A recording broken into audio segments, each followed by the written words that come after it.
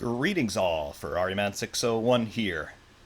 Finally, here it is, in the flesh, it has come among us. RSS have released Formula Hybrid 2019. This car has been very widely anticipated the world over. You go to any sim racing forum, be it Race Department or more recently the official RSS Discord, you have seen untold fanfare and anticipation regarding this release, and finally RSS have brought it to us on the 29th of March, and well, so far I must say it is certainly leading up to all the hype that was generated both by RSS themselves as well as the absolutely enormous fan base that this modding team have created for themselves over the last 3 years. RaceSim Studio RSS, they put themselves on the map in 2017 with the first release in the Formula Hybrid series, Formula Hybrid 2017. At the time when I reviewed that car, I said that it was effectively analogous to the Book of Genesis, as in, this is where everything begins. From here, all things derive. And certainly, I must say, so far, although we've not had all that much time to spend with this car, that was a very true assertion back then, because here in 2019, the Formula Hybrid concept, now in its third iteration, certainly RaceSim Studio have learned how to make a modern-era turbo-hybrid Formula 1 type car. I say Formula 1 type car because this is not an official Formula 1 car. This is not based on any one real-world car. Rather, this is RaceSim Studio's amalgamation and interpretation of the real-world Formula 1 technical regulations for the 2019 season. Just as it has been for the other two Formula Hybrids before it, this is an in-house, from the ground up, RSS interpretation of the Formula 1 rules, and this is what they've decided to come up with. Although we have seen many other cars from RaceSim Studio, all of the other ones seek to emulate a real-world car. Most recently, and very prominently on this channel, you've been seeing a lot of Formula 2000 V10. That car, although it is an absolutely huge technical triumph on the part of RaceSim Studio in terms of the fidelity with which they were able to create that car in the virtual space of sim racing, that car, of course, is a recreation of the Ferrari F1 2000. That's not the case with the Formula Hybrid series, though. Formula Hybrid from 2017 and now in 2019, it represents RaceSim Studio's interpretation of the technical regulations, and then they give us a product based thereupon. The same is true here in 2019. This means that when you look at this car, you'll see many features that are on the real-world Formula 1 grid, but none of them are quite the same in terms of what you're actually going to see here. This is an in-house interpretation. Therefore, it means that we can look at this car with a fresh set of eyes. We're not necessarily going to be colored so much by what we do see in the real world, because this is an organic from the ground up presentation and interpretation. Therefore, RaceSim Studio, of course, they have gotten us all quite used to the idea of resplendent models, incredible technical detail, incredible attention to detail in general from these guys, and well, let's take a look at what it is that they have given us here. Of course, we'll be driving the car a bit later, but here in showroom, this is our opportunity to get up close and personal, taking a look at all of the fine, intricate details that we will see. And as of recording this, the car has been out to the world for less than 24 hours. Therefore, I'm pretty sure I'm going to be finding stuff along the way as we spend more time with this car in the weeks ahead. But for the moment, here's what we're seeing. Starting on the front end of the car, here is the 2019 spec Formula 1 front wing. If you're familiar with the 2017 and 2018 car, you will notice that this front wing is substantially different. First off, it is considerably wider than the front wings have been in 2017 and 2018. This is, of course, to reflect the 2019 aerodynamic revisions that the FIA have put forward in an attempt to get rid of outwash in terms of funneling air around the front wing end fences and thereby funneling air around the front tires, trying to minimize that drag that those front tires generate. The FIA said, no, we don't want you to be doing that anymore, designers, because you're creating too much turbulence and it's difficult for the cars to follow each other. That's an argument for a different day entirely, but you can see those regulation changes reflected here on this front wing by RSS. You see very simplistic looking end fences on this front wing. This is very similar to what we're seeing on many Formula One cars up and down the grid. You still have that inverted U channel. That's a little vortex generator in its own right on the extreme outboard side of the wing. However, everything else is greatly simplified and smoothed out. No more do we have the cascade arrays, these big structures with ancillary winglets toward the outboard faces of the main plane. They're all gone. Everything now is just smoothed out, and the main plane more or less follows a single profile throughout. You can see, as many real-world teams have decided to do, RSS are subdividing their main plane and their flap elements into separate elements, as we can see here. Counting the principal main plane, we've got 1, 2, 3, 4, 5 distinct flap elements on either side of this front wing. Of course, we're talking about these flip-up sections that are outboard of the neutral center section of the wing, just below the nose tip there. And of course, moving outboard, you can also see that we have got ourselves flap adjusters modeled here on the RSS wing. This is, of course, very similar to what we see in reality. RSS not choosing to use airflow to decide the sculpting, the precise geometries of those flap adjusters here. They're just rendered very simplistically, bare bones if you'd like, but we do see those flap adjusters on many real-world Formula One cars having a little airfoil profile in their own right, again, just trying to steer some of that airflow around. But we have got flap adjusters on this wing. Again, attention to detail from RSS. They're like no others in the business. Nose tip in particular, this is something to note. We see in Formula One many teams still running those thumbnail nose tips. It's kind of a vestigial remnant of the finger noses, or some people called them something else. Those noses that we saw in 2013, 2014. In 2014, there were some particularly egregious examples of this, but RSS not choosing to do this, unlike what they did on the 2018 Formula Hybrid car. This one running a much more conventional nose tip, very similar to what Mercedes have been running in Formula One in the real world. Again, in terms of RSS now that we've got 3 years of provenance, look at the 2017 Formula Hybrid, and you can see a very similar nose on that car, and once again, RSS reverting to that solution for 2019, and I do quite like it. It just looks a whole lot cleaner, a lot neater, and really, I'm not a fan of the finger noses or thumbnail noses, so I approve of that choice from RaceSim Studio.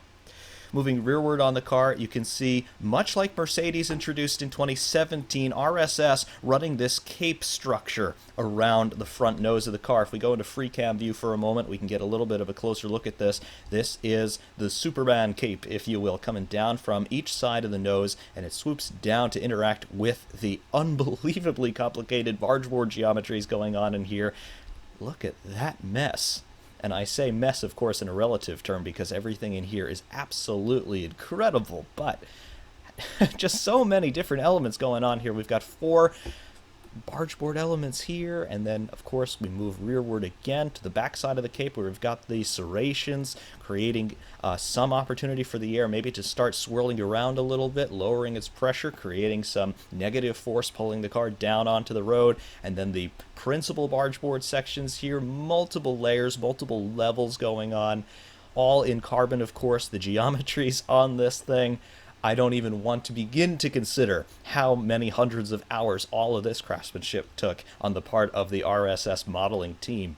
But you can see the end result. It is just endlessly complex. Everywhere you look on this car, there is something else to see, and this is only the front end. I mean, have you ever seen something this complicated in sim racing before? I'll wait a long time for you to give me an answer because it is just unbelievable. Crazy. Absolutely crazy what these guys do. Year upon year, they one-up themselves, and it's absolutely nuts. Pulling away a little bit, taking a look at the midsection of the front end, we can see up top side here, just a rears of where the nose links up with the monocoque. You can see 2 ducts exiting there, just behind this little antenna pylon here. That is an S-duct outlet for sure. Again, a little bit more relatively free downforce on the front end. Free downforce in that it is not creating all that much drag, relatively speaking. And then moving down to the sides of the car, there is our front suspension. Double wishbone push rod, as we have been seeing in Formula One for a very long time. And again, this particular suspension arrangement is ubiquitous up and down the field, and it has been for the last few years. No more pull rod front ends on Formula One cars.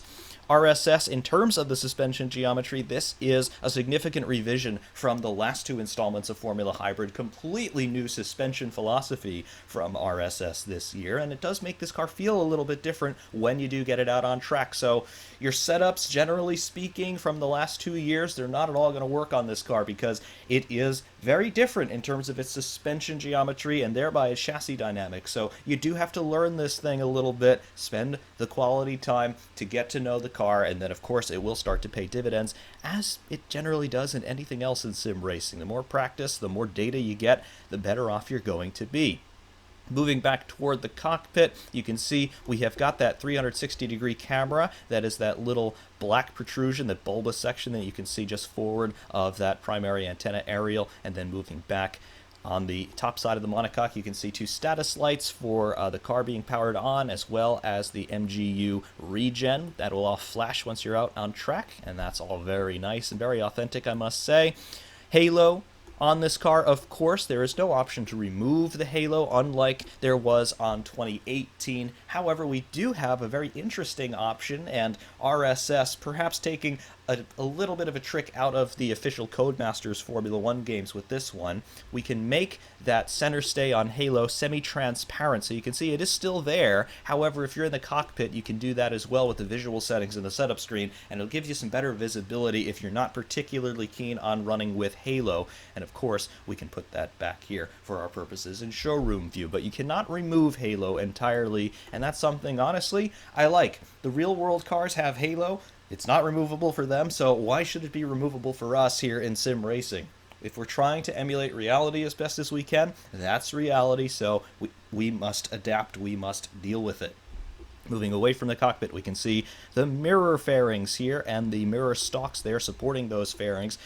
Somewhat similar philosophy to what we're seeing from Mercedes and Red Bull in the real world. We have got two stock elements supporting those mirrors, and you can see one of them comes off from the cockpit. That's more of our traditional stay there to support the mirrors, and then we've got a secondary one coming off of this winglet that is attached to the side pod. So again, more support for the mirror, more stability to dampen vibrations, but also more opportunity to manipulate airflow thereby. Very cool to see.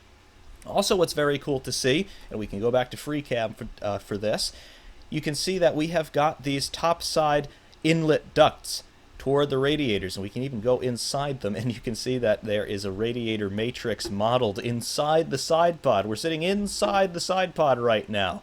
And we've got carbon texturing with RSS and PSE going on in here. That is RSS's sponsor for this project. They are a real-world supplier of sim racing hardware, Precision Sim Engineering. And actually, the steering wheel in this car, we'll take a look at that. It is modeled after one of their real-world products as well. So again, cool to see that we have got real-world companies playing a part in sim racing now in terms of sponsoring projects like these. Very cool. But again, even inside the ducts there, you can see the attention to detail that RSS always show. The whole point about that duct is, remember the Ferrari SF70H from 2017? They had these top-side ducts feeding the radiators. RSS now taking a page from Ferrari's book and putting that on the car. Very cool to see. The closer in you get, the more fine details you notice. You can see these little, they're not cuts, they are almost little stick-on winglets that run through the side pods here. Well, I suppose there's a little bit of a cut there, but whatever it is, you can see it is detailed and it's lined in carbon, unpainted, of course. More little flow modifiers, more vortex generators, just, again, that attention to detail, rearing its beautiful head, not its ugly head in this case. It's incredible. Outboard barge board detail, you can see how the forwardmost element of these barge board, it's linked up to the side of the principal barge board. Again, that's another little flying buttress section that we have seen many real-world Formula One teams do, now particularly in 2019 as this set of regulations has reached maturity despite the revisions to the front and rear wings. Moving along the floor, you can see this upturned section on the outboard edge of the floor. We've been seeing this on cars for quite some time. They've decided to go in a direction quite like that as well, and you can see why. As the air's coming through The front section of the car, after it's being worked by the barge boards here, passing under the nose, of course, and being worked by all of these very complicated aero segments, if you didn't have this little upturn here, this little fence, the air would just sort of spill out to the side. No, you don't want that. That's not good for downforce. You keep the air attached and entrained to the side of the car, and then, of course, it can feed the diffuser, as we have all of this empty space to play with here. And again, more empty space you've got in this section of the car, the more opportunity you have to funnel a higher volume of air toward the diffuser, which of course is extremely important in generating rear downforce on these cars. Speaking of the rear, let's move to the rear and take a look at what's going on here. Suspension geometry on this car. Double wishbone pull rod on the rear, and again, this is ubiquitous in modern Formula One. Basically, since 2017, pull rod rear suspensions up and down the grid. Every car has had this suspension arrangement for the rear since at least 2017, and I believe it actually goes a little bit farther back than that. Certainly the Red Bulls of the early 2010s had this, particularly the RB7 of 2011. Definitely made good use of that pull rod rear suspension. More details that are apparent here on the rear, though. Those of you who have spent some time with Formula 2000 V10, you'll remember these temperature stickers all across the rear section of the car. Well, here they are on Formula Hybrid 2019. Just like on the Formula V10, these stickers are animated. Of course, they're not animated here in showroom view, but as you drive the car around, you'll see that these stickers, these peak temperature stickers, they're there for engineering purposes to monitor just how hot certain components get. These stickers are animated, and where you see the color gradient, that will change relative to the graduation on the side there, the temperature scale. That'll change to reflect the peak temperatures experienced by this particular structure, which in this case happens to be the rear crash structure, which of course also integrates that rear rain light. Very cool to see all of that stuff. Again, that's a feature that they're carrying over from Formula 2000 V10. Definitely good to see. That car was groundbreaking in terms of fine details that RSS has started to gain the capacity to produce and to include in their mods, and it's great to see that they are integrating those things into their later cars. Very cool.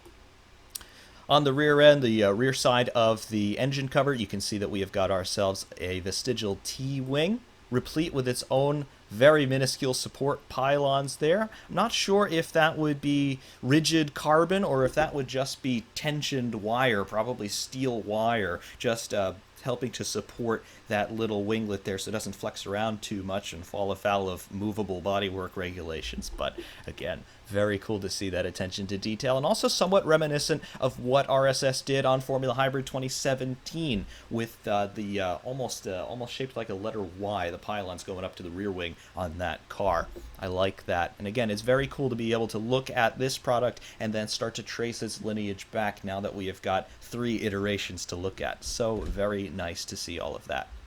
Press the 0 on the numpad, and of course you can get the slot gap to open up. That's of course your DRS opening. Press 0 again and it closes. Very nice to see.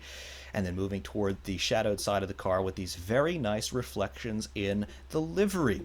Speaking of the liveries on these cars, of course RSS have supplied them with a complement of their own in-house liveries. You can see here we can cycle through them. Some different colors, but generally they are the same liveries. What's more important, though, is you can see that we have got this Ferrari livery here. This is Sebastian Vettel's. These liveries are already out. They are available on Race Department, courtesy of Dave Williams. Go get them on Race Department. They are entirely free. He's already done the Ferrari and the Mercedes, as we'll take a look at. Again, totally free on Race Department. Back to the RSS stock included liveries here. Again, you can see the numbers change and some of the colors change, but more or less they are the same layout. This is something that RSS does on pretty much every car that they have made. Very cool to see. This is the second Ferrari skin now for Charles Leclerc, and then going back to the RSS in-house liveries through number 20, 21, and 22. Dave Williams' Mercedes skin. Again, this looks absolutely great. He has done Hamilton and Bottas as well. Again, I don't want to feature these too much because I want to show you the car as you get it from Race Sim Studio. So we will go back to what we get here. Stock, the number 1 car, and this is how we'll be driving the car. Speaking of driving the car, while we do that from the cockpit, we can go inside.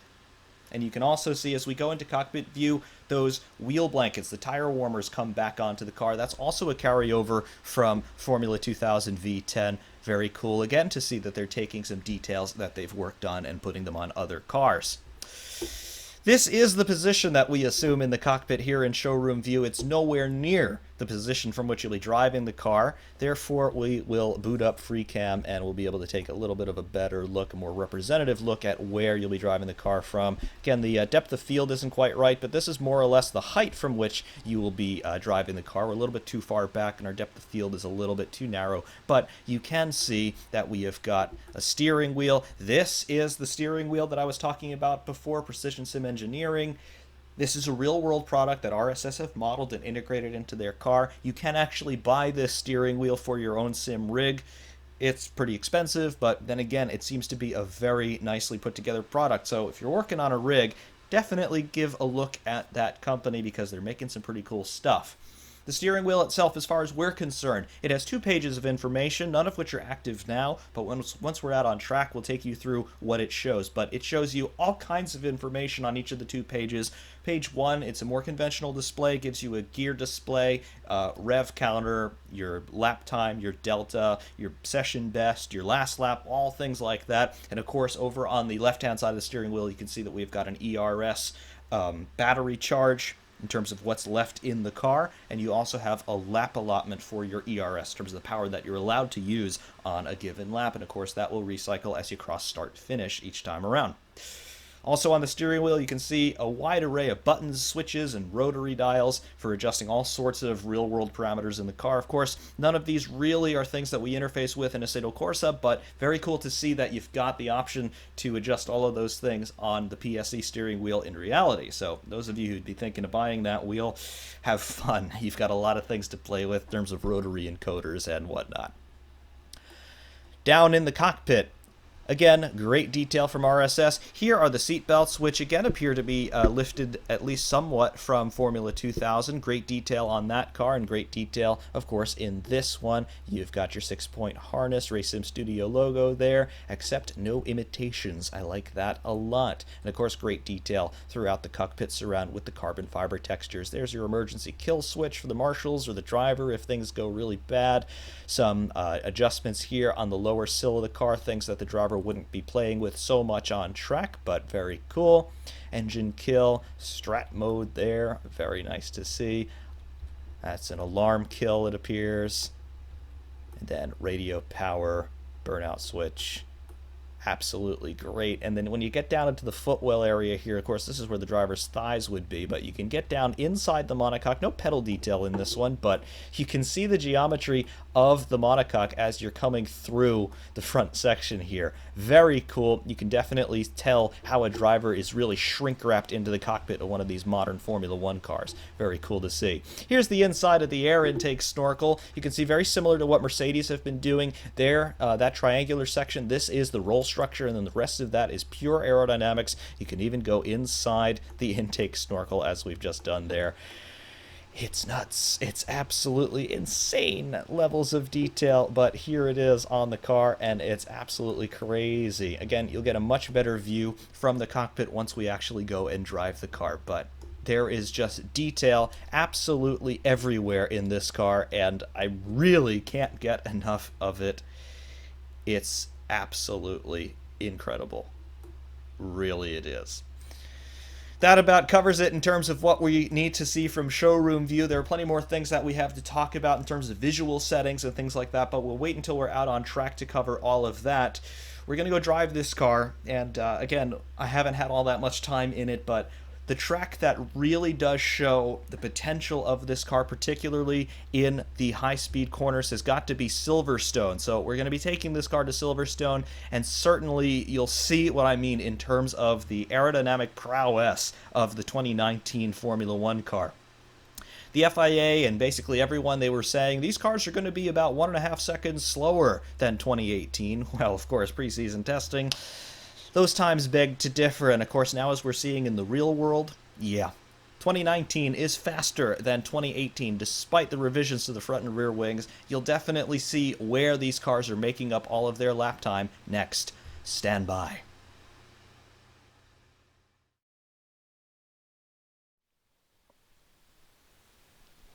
Welcome to Silverstone. Before we get out on track, of course, a look through the setup screen to show you what is going on here with Formula Hybrid 2019. First, on the gear display, you have got 1st through 8th fixed ratios, just like it is in the real world. Formula 1 teams cannot make track-to-track adjustments to their gearing any longer, therefore we cannot do that either, so it is what you've got. Theoretical Vmax 364 kilometers per hour here. Of course, that's assuming a vacuum. We will not be getting that fast on most circuits. A lot of that is also dependent, of course, on your aero setup.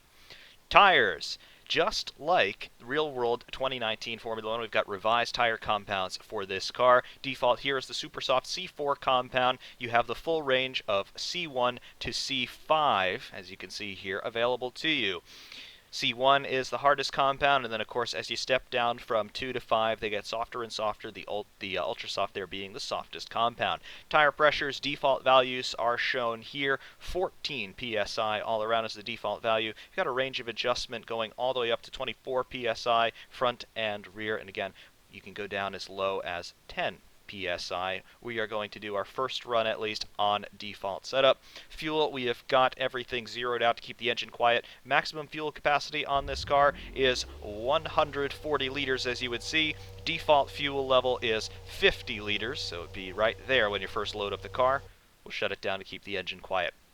Electronics, this is where you make the adjustments to all of your hybrid systems on the car. MGUK delivery, this is how much power is going to be sent through the rear axle by the electric motor. This is all basically the same as any other hybrid car in Assetto Corsa. It's just how the sim handles these hybrid dynamics. But you've got the same complement of settings: charging, balanced low, balanced high, overtake, top speed, and hot lap. The default is balanced low. MGUK recovery, this is how much energy is being harvested off the rear axle under braking. It defaults to 50%. You can completely turn it to 0, turn the system off, or go up to 100% if you really want to harvest more power. MGUH mode, this is the generator runoff of the turbocharger. This determines whether or not the power goes to the battery or it just gets dumped back into the motor to help accelerate the car.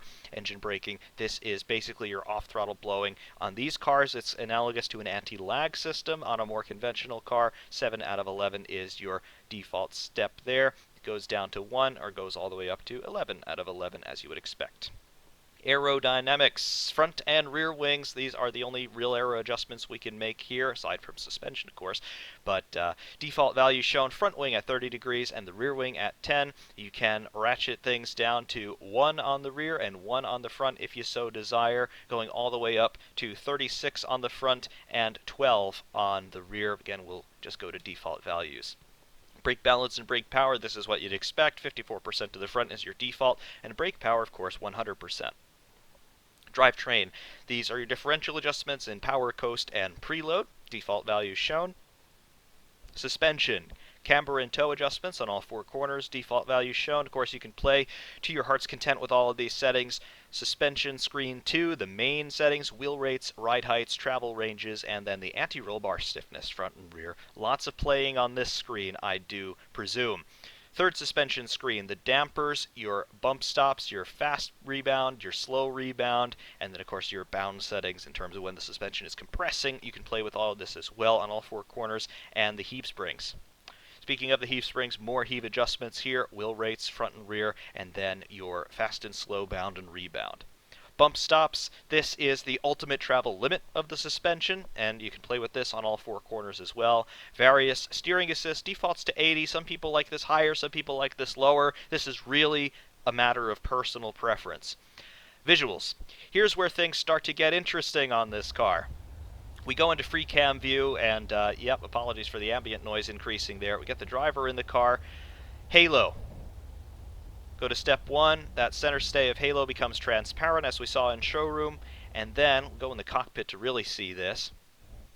Halo becomes transparent, and then look at the windscreen on the car, just forward of the steering wheel. Visual style 0, you can see what it is. Visual style 1, the windscreen turns into that very jagged array that we've seen on Mercedes, for example, in years gone by. So, and I think they're even still running something like this now in 2019. So, very cool to see that attention to detail. You can play with the different windscreen adjustments that you've got in the cockpit. Very cool. The final screen, pit stop strategy. Well, of course, not much to see there.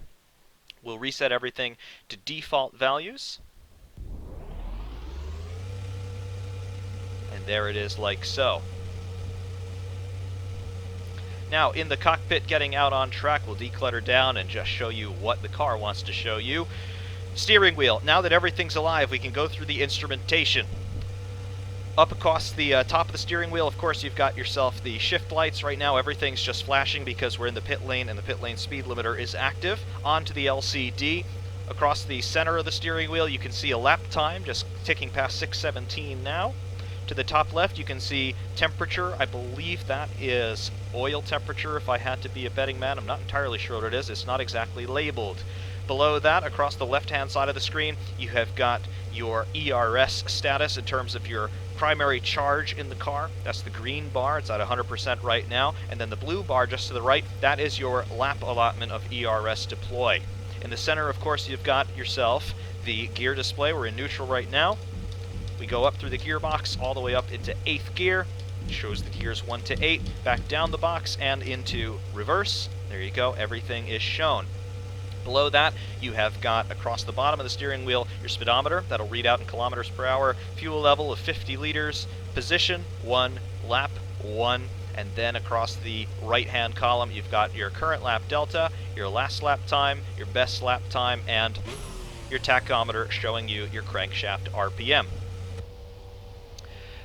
Very, very comprehensive instrumentation just available on that steering wheel in page 1. We'll show you page 2 once we're out on track because it shows you tire temperatures and things like that, but right now it's not going to be showing you much because, well, we don't have much tire temperature, but very cool. On the outside, you can see the ERS status lights there across the top side of the monocoque as well as on the roll structure. Those green flashing lights showing us that we're in pit lane. Very cool. And then, of course, on the rear, there's our rear rain light, and new for 2019, the lights on the rear wing end plates. Again, modeled here. They look very, very cool, I must say. Great job, once again, by the guys at RSS. Without further ado, though, back in the cockpit, we will bring up the pedal traces for you in the lower left so you can see roughly what my inputs are. And we'll just go out and do a couple of install laps and get everything up to temperature and pressure. And we'll get a handle on what this car does. Revs up, clutch out. Clutch is pretty linear. It's not that grabby, unlike other cars.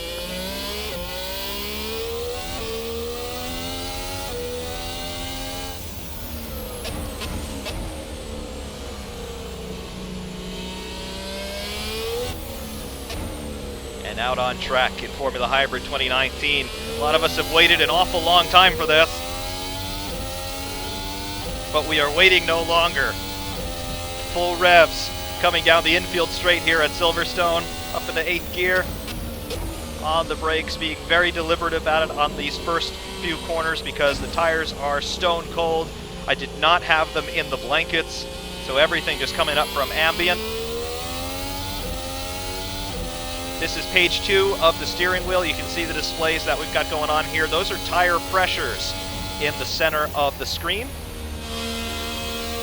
So they'll be coming up. Everything, of course, updating in real time.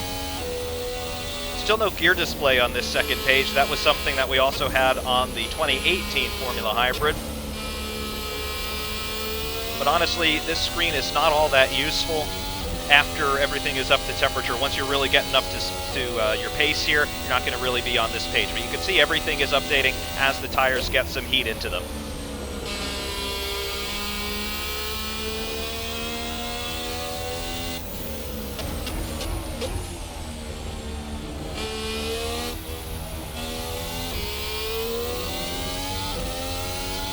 Feeling confident enough to get on the power a little earlier. Into the first corner, completely flat, no problem.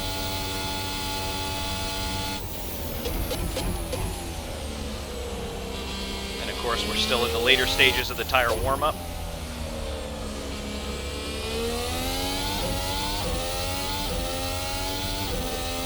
DRS. On the steering wheel there, you can see we now have the green DRS letters in the center, just underneath our lap time. All of that will update in real time, of course.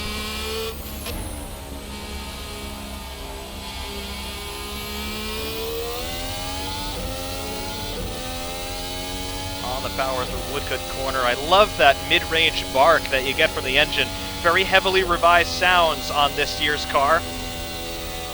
They're very appropriate. They fit the car wonderfully well.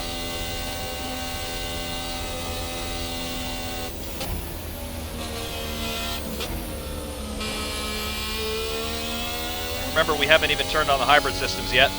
DRS, down hanger straight, 8th gear, coming down into stow.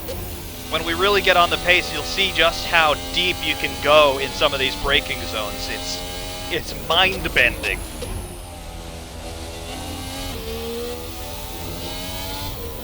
Little bit of oversteer there. Turn the hybrid systems on.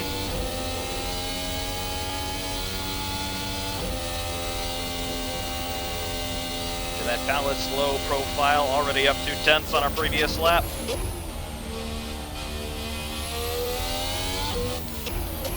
Of course, in the cockpit, you still have your full range of adjustments as you have in pretty much every other hybrid car. MGU K recovery, you can adjust that to your heart's content, still running at the default 50%.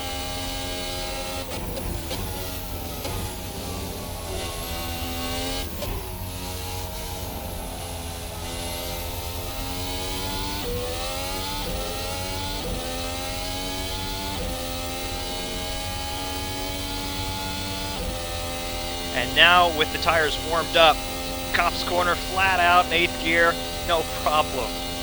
You can really feel the car starting to hunker down as it can lean on the tire more, lean on the downforce more. Watch this, that's flat. That's flat from Copse to Beckett's. Incredible.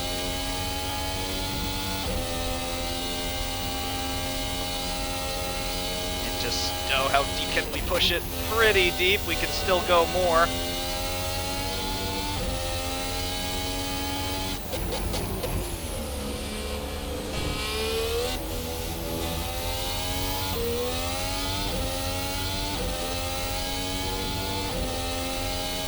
Not really pushing the car yet. That's already a 130. There are still at least another 4 seconds of time on the table. Just so you know.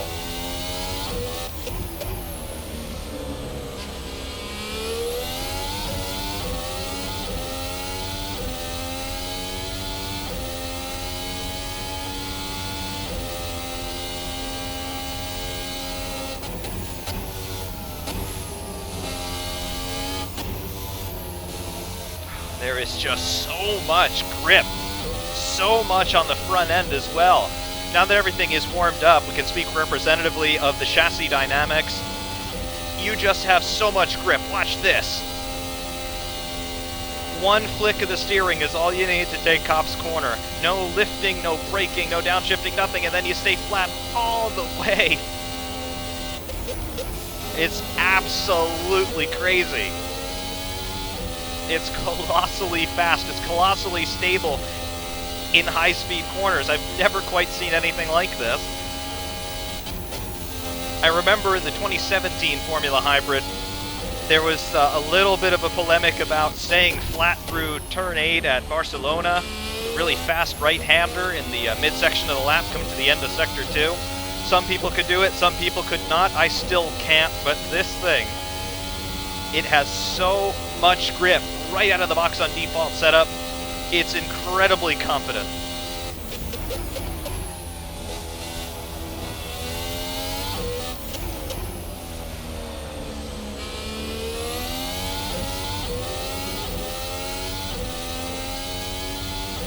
That was 129.59 last time by. And you can see now with the instrumentation fully alive, our last lap is purple on the screen. Let's try 4th gear through here. On the power. Lost a little bit of time, that's okay.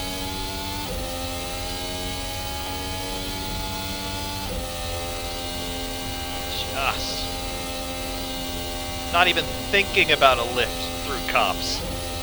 You have so much performance. And that is what's really going to catch a lot of people out, I think.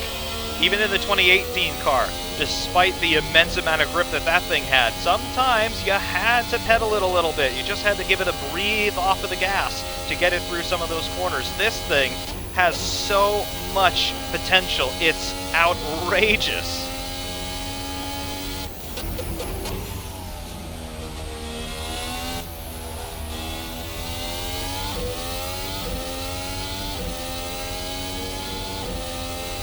Another session best. Again, we're hardly going flat out, but the consistency is there already.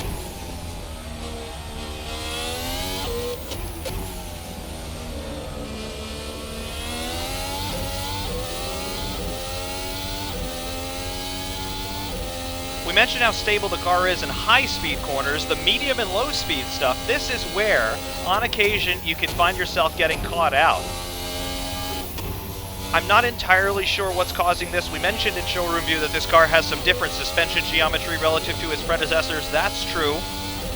To me, in the low and medium speed corners, the longitudinal weight transfer, that's your weight transfer front to rear, it behaves a bit differently than it does in Formula Hybrid 2017 or 2018. The car also has a marginally longer wheelbase than its predecessors as well. So, of course, different suspension geometry, longer wheelbase, it's going to change your weight distribution some. It's going to change how the car is going to be behaving in those really high-pressure moments when you do have the back end stepping out. But at a place like Silverstone, where the majority of your corners are very fast, such as this, that's not so much of a problem. However, through the final complex here, you do have to watch out some. You can pick up some low-speed oversteer, and when it does come, it kind of just snaps on you, so you've got to be ready to catch it. And again, a lot of that does appear to be representative of what happens at least to some of the Formula One cars in the real world.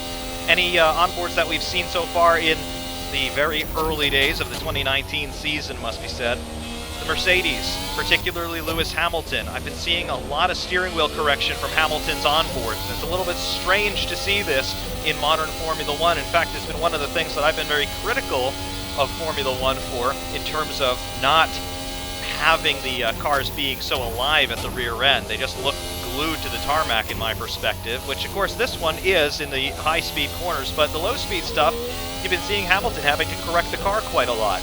That is also true with this one in some situations. Of course, we're running quite a bit of fuel on board. We're not on the softest tires, but, you know, still on pretty soft ones. The car's going to be pretty stable just because of the trim that it's in. But when you do trim this thing out for qualifying, as we'll do next, you do see some variations on the theme of being just bolted to the road.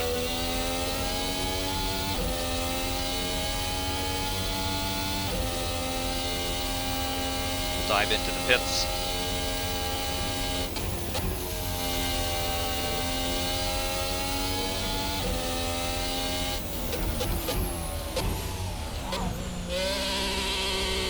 We are on the limiter, very long pit in here at Silverstone.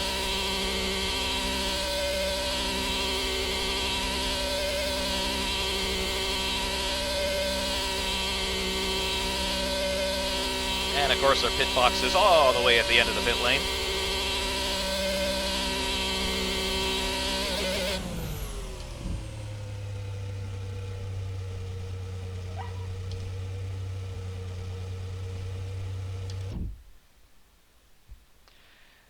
Very cool to see all of that, and again, after coming in from a run, very cool.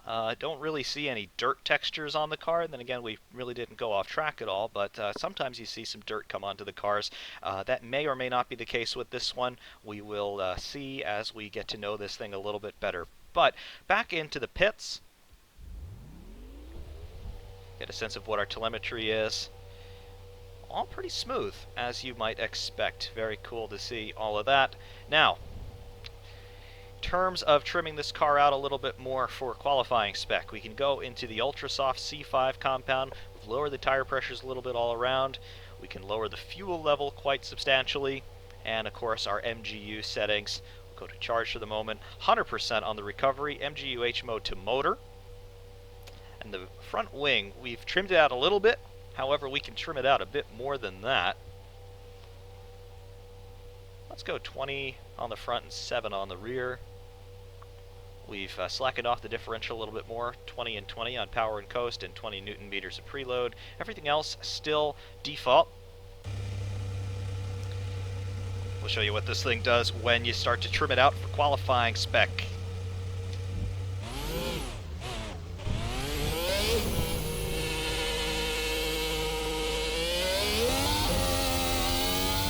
Also, you've noticed here we've also changed our windscreen there. We're now running the jagged Mercedes style one.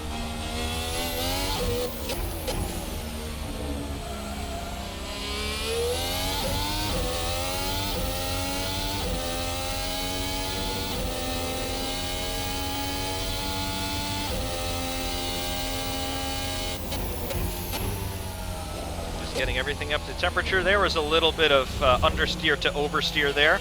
Remember, tires are cold. I'm not running the tire blankets. RSS, they actually advise you to run the tire blankets. I'm just choosing not to run them. It's my own choice, but that will explain some of the warm-up issues that you could get.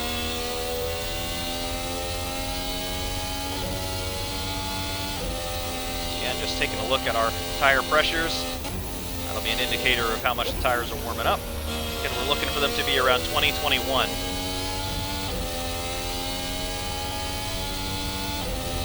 They're nearly there.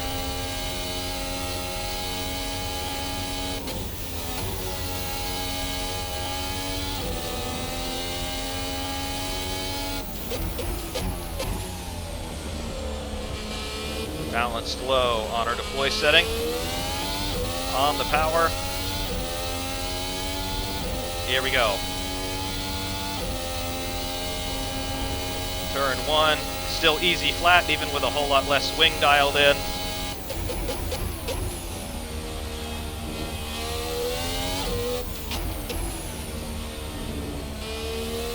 Hard on the power, there we go. Not much wheel spin once you get everything hooked up at the rear. Again, a lot of mechanical grip in this car. And the time is just melting down the straight now, having freed the car up quite a lot with the wings. Mechanical grip, though, still absolutely enormous.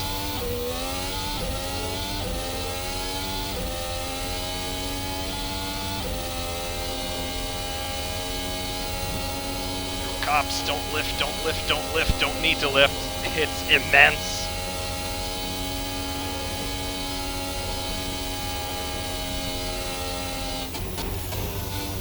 Man, there's so much grip. Medium speed understeer setting in a little bit.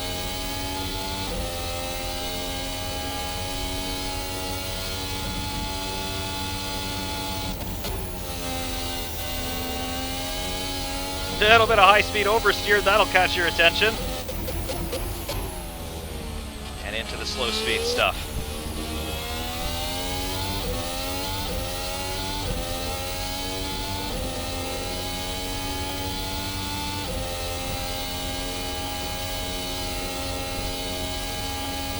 .743.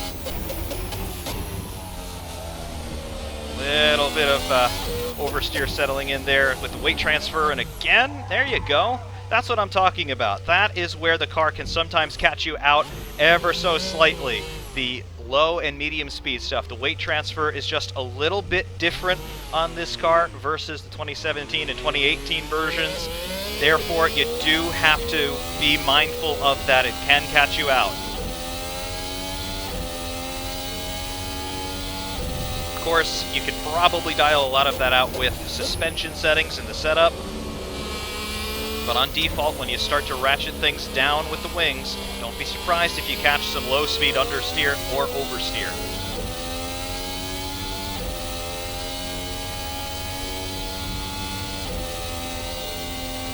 Of course, high-speed stuff, once everything's up to temperature, not even a thought of lifting.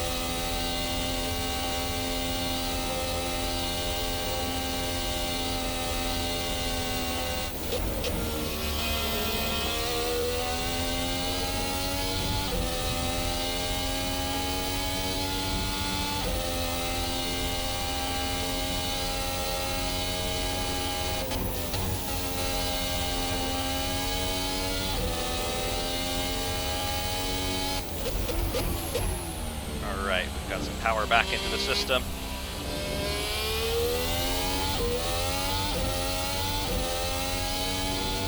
Alright, it's hammer time.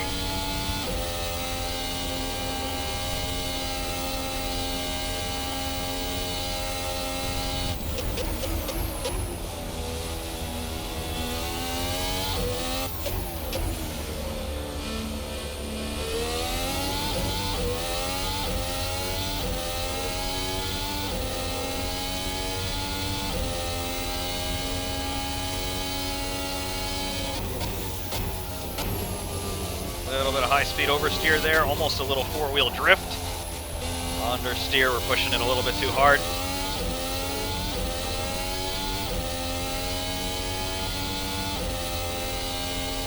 That little spin definitely knocked some of the new out of the tires as well. Through cops, don't lift.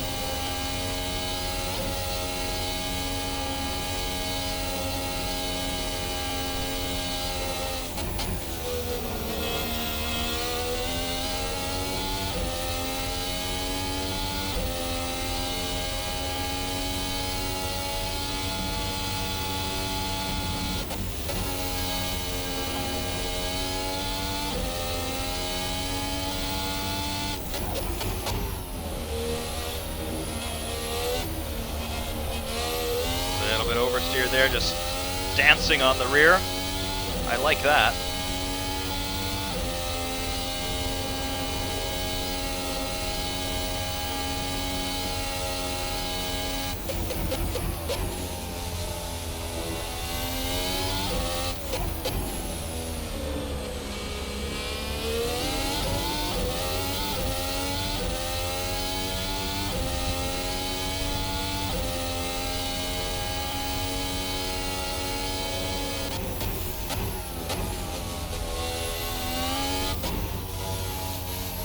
Steering correction there with the weight transfer.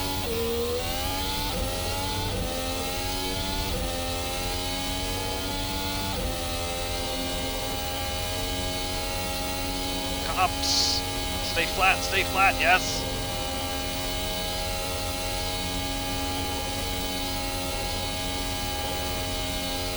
And it stays flat all the way to Beckett's.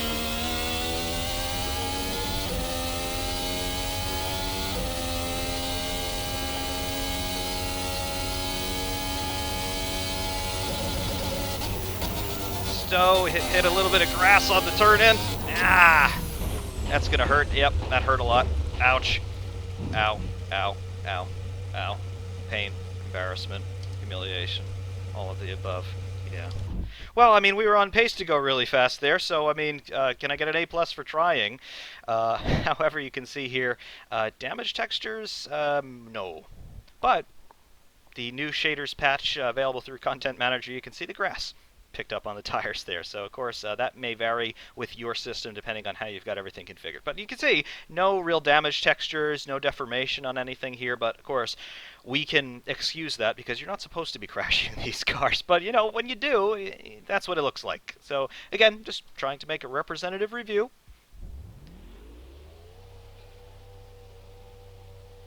I know we can be real quick with these wings, but I don't know. Does the instability warrant the risk? I don't know. I say it does.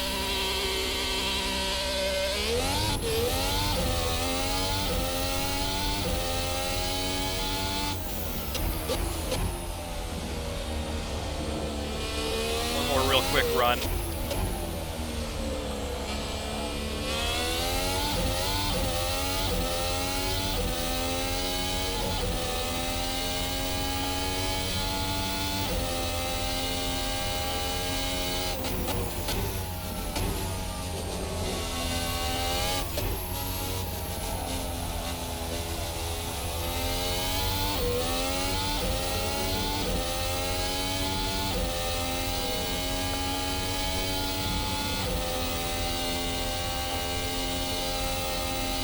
First lap out of the pits, though, even without the tires in the blankets, Cop's Corner is dead flat. That is the performance potential of this thing. It's colossal.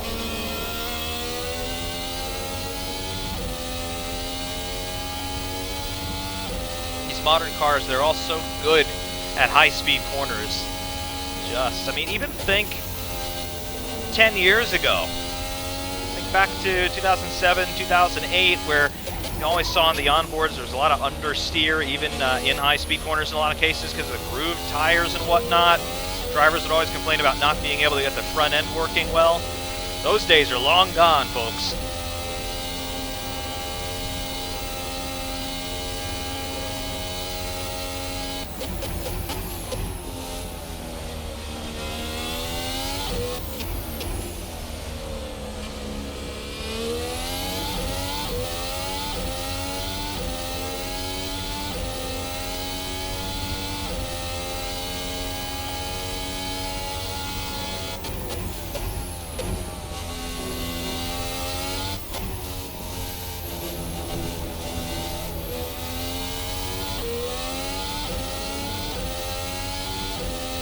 About a half a second chasing the car through Woodcote Corner.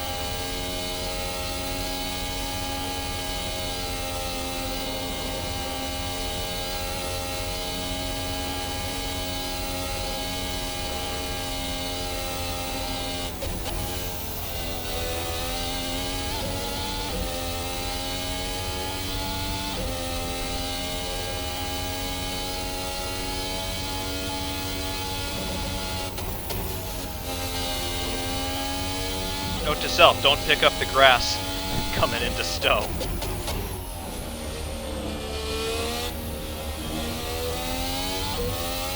It's just the amount of grip that the car has, it encourages you to use the entirety of the racetrack, and then some. I understand why we often have disputes about track limits in Formula One. It's just the cars so effortlessly eat up the tarmac. You want to use as much free real estate as you have available. Makes sense.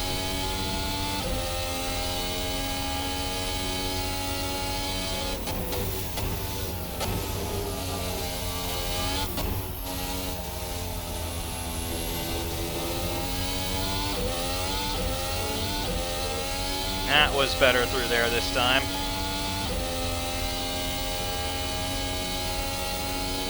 Cops, flat, manual ERS through cops. It's astonishing. Absolutely astonishing. Flat through here, that just doesn't happen. That shouldn't be, but it is.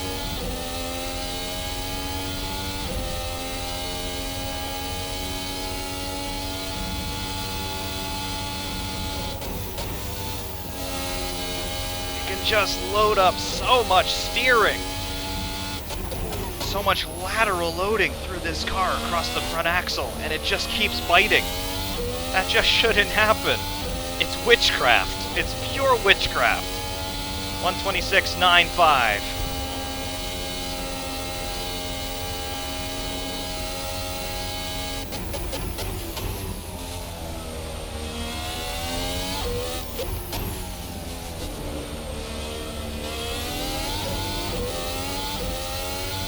And again, how the rear axle just hooks up. You get a little bit of wheel spin due to the low-down torque. That's just an inherent trait of these hybrid powertrains, but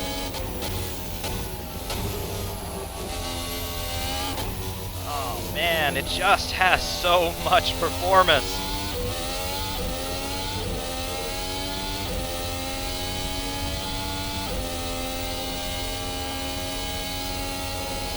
Ooh, look at that. It's like a guided missile through the high-speed corners.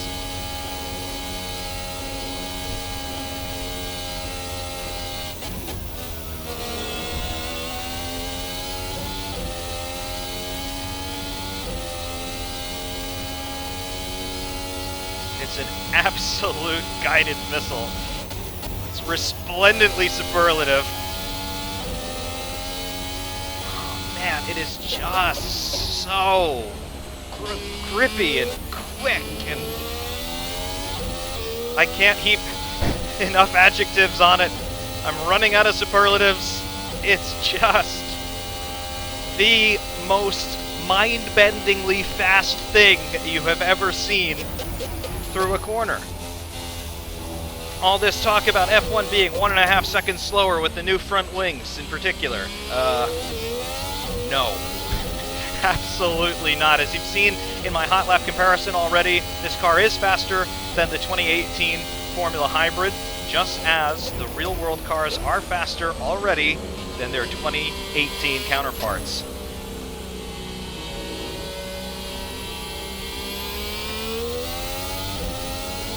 It's just so amazingly fast through high-speed corners. I've never seen anything like it. Just one turn of the steering. One turn of the steering at, 300 kilometers an hour. And then you go around a 90-degree bend almost as if it weren't even there. And then, of course, you go through a 35-degree bend and you lose it. But it's just nuts. It's absolutely nuts. Of course, I'm getting to the stage of the run where I'm just trying different lines and whatnot, and that, of course, didn't work.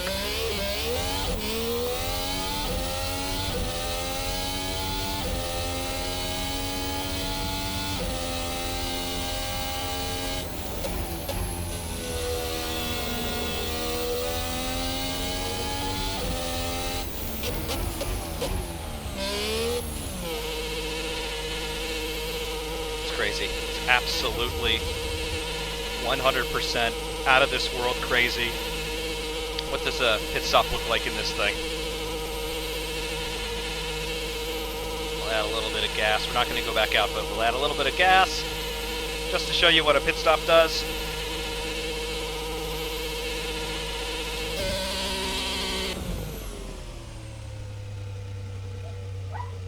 There we go. There's the RSS crew going to work. Nice. Very, very, very nicely done. What can I say, though? That's it. That's RSS Formula Hybrid 2019 in all of its glory, and it's on a level of performance that we really haven't seen before, especially in high-speed corners. I mean, the 2017 car was a game changer in terms of the type of content that was able to be produced in sim racing. RSS really putting themselves on the map with that car. 2018, a continuation thereof. The high-speed grip in that car kind of set the world alight as well. But this thing, it's so fast, it's so amazingly stable straight out of the gate on default setup. And then when you really start to play with it and start to understand it, you'll understand the real level of the performance potential in it. It's scarily quick through some of these corners. I mean, I have never been 100% flat through Cops, Maggots, and Beckett's on a default setup car. It's really on a level that few of us can even fully comprehend, and even fewer of us really could reach the full potential of what this really has to offer. But in my somewhat incompetent hands, I'm quite convinced that this thing is the fastest car in sim racing through high-speed corners, at very least. And in terms of out-and-out hot laps, this thing will entirely blitz anything else that you could throw at it, other than maybe another one of itself, because it is just on a completely different level of performance. It's wild. It's spectacular. It's absolutely crazy. That's all I can say. It's absolutely crazy, and I can't begin to thank RSS enough for their tireless efforts in producing this car and putting it out there. It's available for sale on their website, racesimstudio.com. Links in the description. It's immense. It's absolutely immense. There's really nothing else I can say about it other than go get it if you don't already have this car. Go buy it and go drive it. You will not be sorry. And of course, Race Sim Studio, in addition to offering us this, they also offer us a whole range of open-wheeled cars through the Formula Hybrid Series 2017 and now through 2019. They have the RSS GT Pack, recreations of real-world GT cars from the GT1 era. You've got the Formula 79, which is basically a clone of the Lotus 79. Big-time ground effect car, manual gearbox, Cosworth DFV, great engine, Formula 2000 V10. It's the Ferrari F1 2000. Very different sort of car to this, but again, it's another Formula 1 machine. Very different driving dynamics, but absolutely captures everything that was great. Formula RSS2, the V8 version, the V6 version. It's great. Everything that this team does turns to gold. And that's something that we don't really see so much, not only in just sim racing, but in the real world in general. How many companies are out there that every product they produce is better than the last, but they're all better than anything else that was out there at the time? That's something. So again, huge thanks and huge show of gratitude to the RSS team. They are the best in the business as far as I'm concerned, and even though their content is pay content, they're not asking you everything in the kitchen sink for the privilege of driving one of their cars. It's a very minimal purchase price, and you can even select how much you want to purchase it for within reason, but it's crazy the level of quality that these guys always give us. They're always eclipsing their latest efforts with every new product, and just you can't have Assetto Corsa without having their cars. Full stop. The game is not complete. It does not show you its full potential without some examples from RSS, because they're among the best in the world. 100%. At any rate, that's all I have to say in terms of my spouting off about Formula Hybrid 2019. Hot laps, both from external replay cameras as well as from onboard, are to follow. Also, you'll be able to hear the sounds a little bit more clearly without me talking over them constantly. So, stay tuned for the hot laps, everyone. And until next time, Ferrari Man 601 saying thank you all so much for watching, and of course, we will see you soon.